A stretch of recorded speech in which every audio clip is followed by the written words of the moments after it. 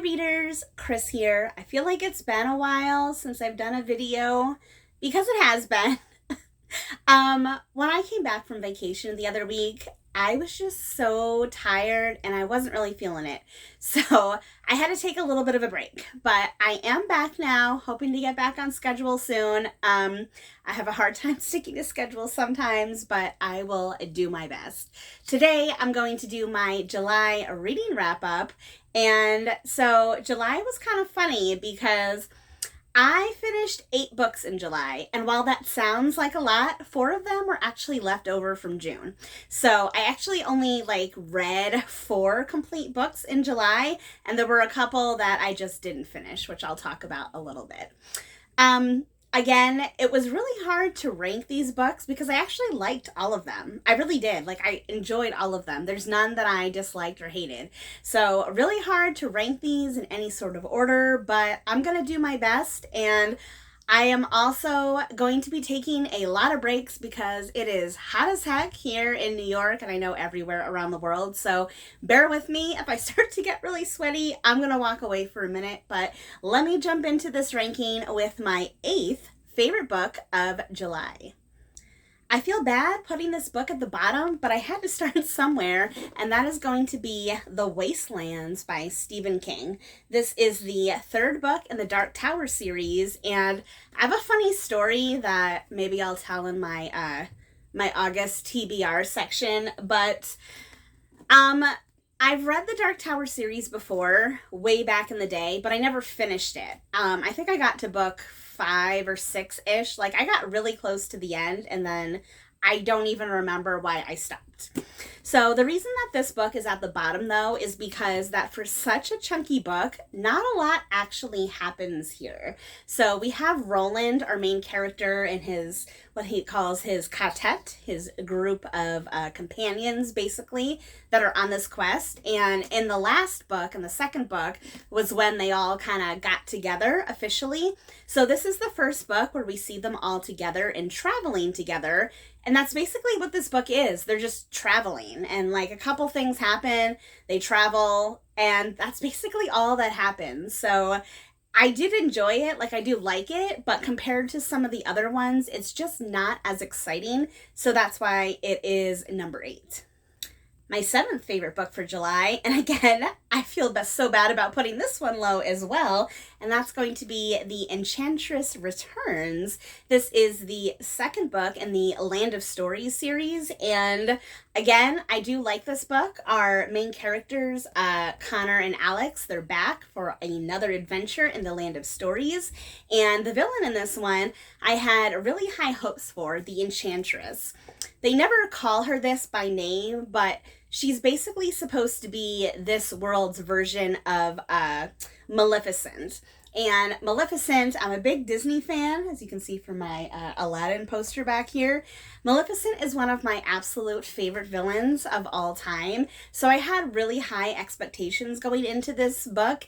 And while the Enchantress in this story does have some fun to her, she just did not measure up to what I expected. So don't get me wrong, I still liked the book, still found it enjoyable, but not as enjoyable as the first one. And the first book made me cry. This book did not make me cry.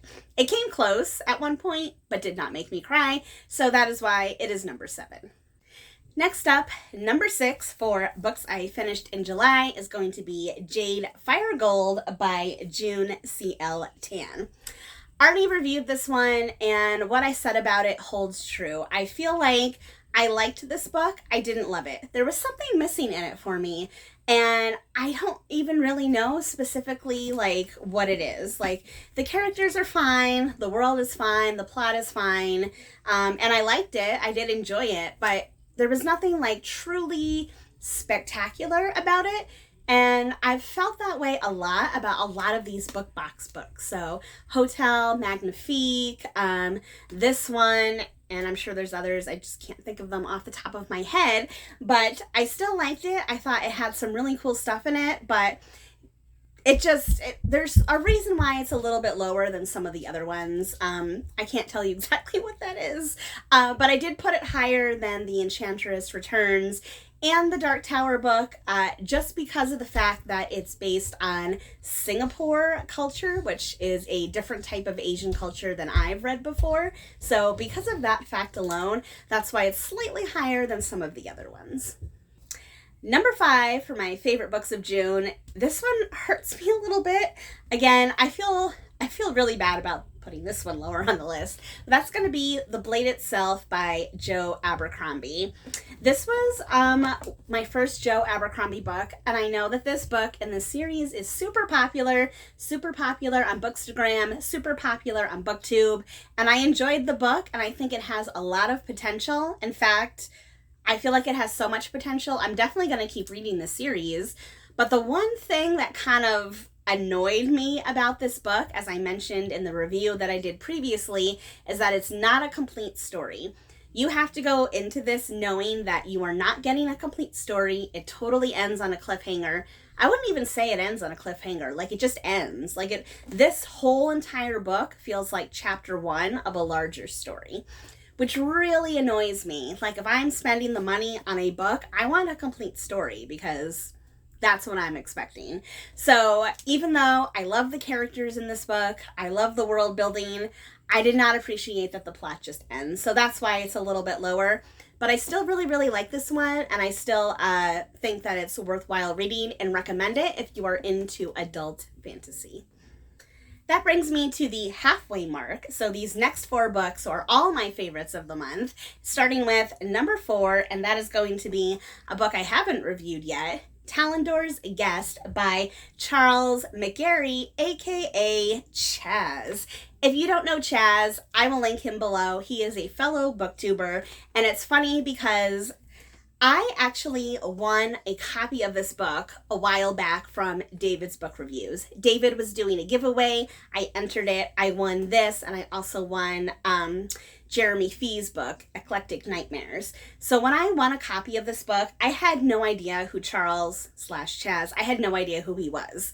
But through, BookTube and getting to know people, I found his channel, we found each other, we got to talking. I finally figured out that he was the one that wrote this book. So I was like, oh no, now that I know him, I have to read it.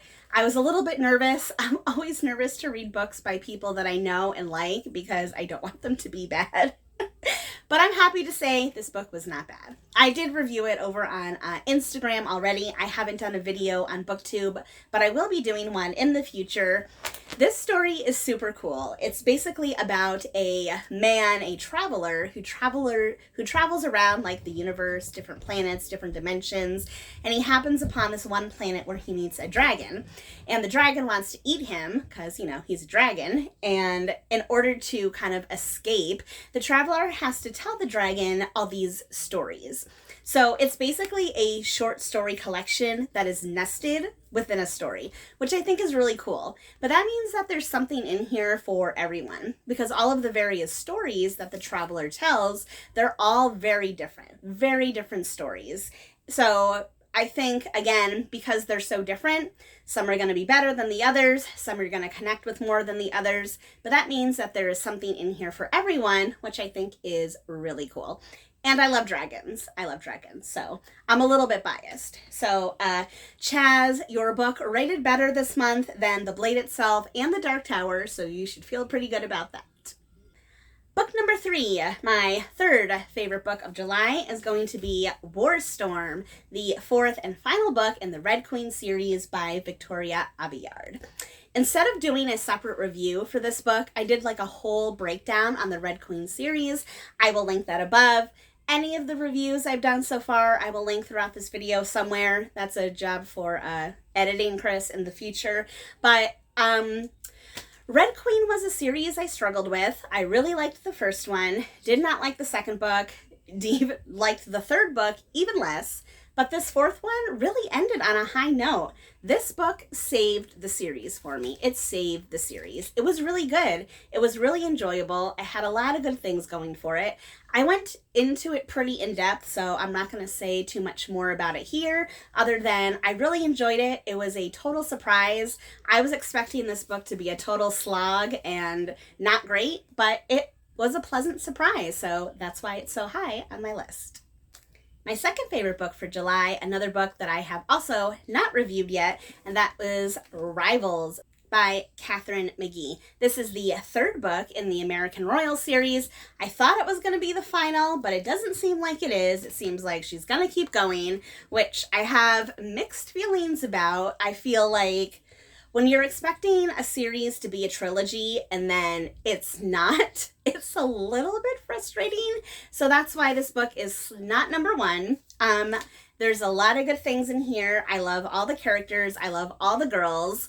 But other than it, not ending the way I wanted it to end, all the characters had some really great development. Especially, there's this one girl in this series, Daphne, who's kind of been the villain, but she's also one of those characters that's like a misunderstood villain. She gets a lot of development in this book, so I was really coming around on Daphne. I really like her. I really like her series. I love a good villain, so I love Daphne. And I love that she was starting to change. But then by the end of the book, she goes right back to being like how she was in like the first book. Not even the beginning of this book. I mean, the first book in the series. And that was rough. That was hard to read because she had all this great development. Why would you just totally go back on that? So I love this book. I love this series. I love all the characters. I love everything about it. But it's not number one because of those two things that I just mentioned. But I still really, really, really love it. I don't read a lot of romance, but for some reason, I really love this series. I don't know why. So that brings me to my number one favorite book for July, which is actually kind of a surprise for me. I didn't expect to put this at number one, but as I was, going through trying to figure out what belonged where, this is just how it played out, and that's going to be The Selection by Kass. Now, I've heard a lot of good things about this series over the years. It's taken me so long to finally start it, but I'm so glad that I did. I'm so glad that I did.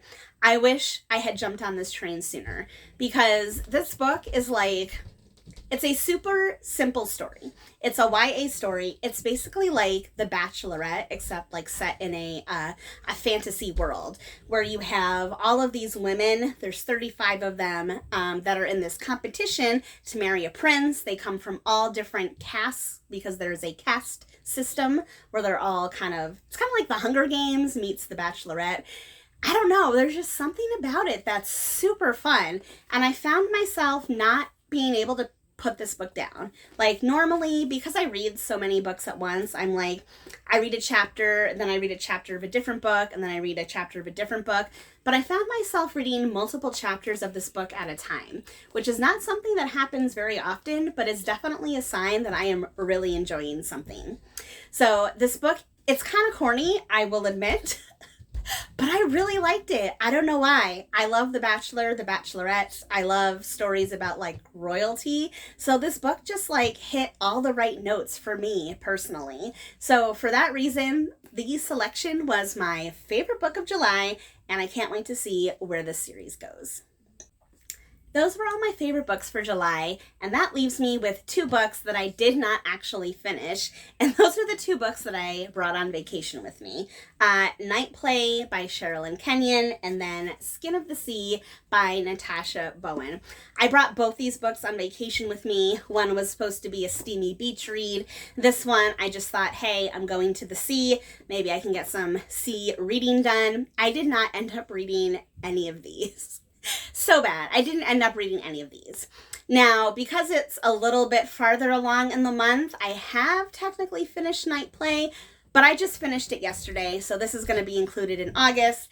This one I still have not finished, so, but I should finish it tonight over the next couple of days, so it's fine. It's fine. It's fine. Totally fine. Everything's fine here. I'm fine. We're fine. It's all good. Other than those two books, I'm now going to quickly go over the books that I picked out to read for August. Starting with my reader recommendation for the month, which is actually going to be a buddy read that I am super excited about, and that is going to be The Shadow of the Gods by John Gwynn. I am buddy reading this book with David over at David's Book Reviews. I'll link him below. I really enjoyed our last buddy read together, so I was super happy when he reached out to me asking me if I wanted to do another one.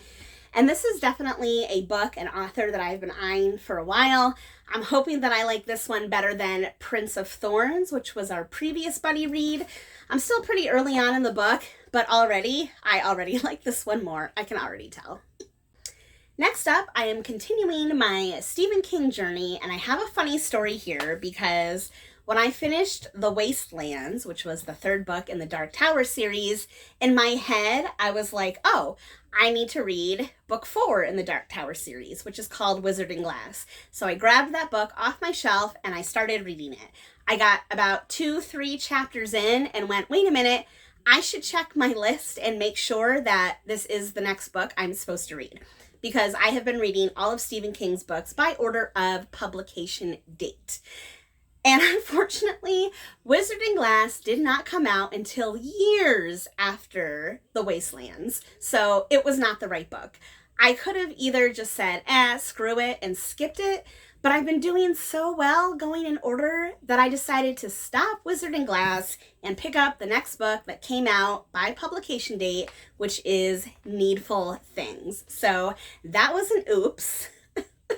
I'm reading Needful Things for August, which means I'm a little behind, and this book is super chunky.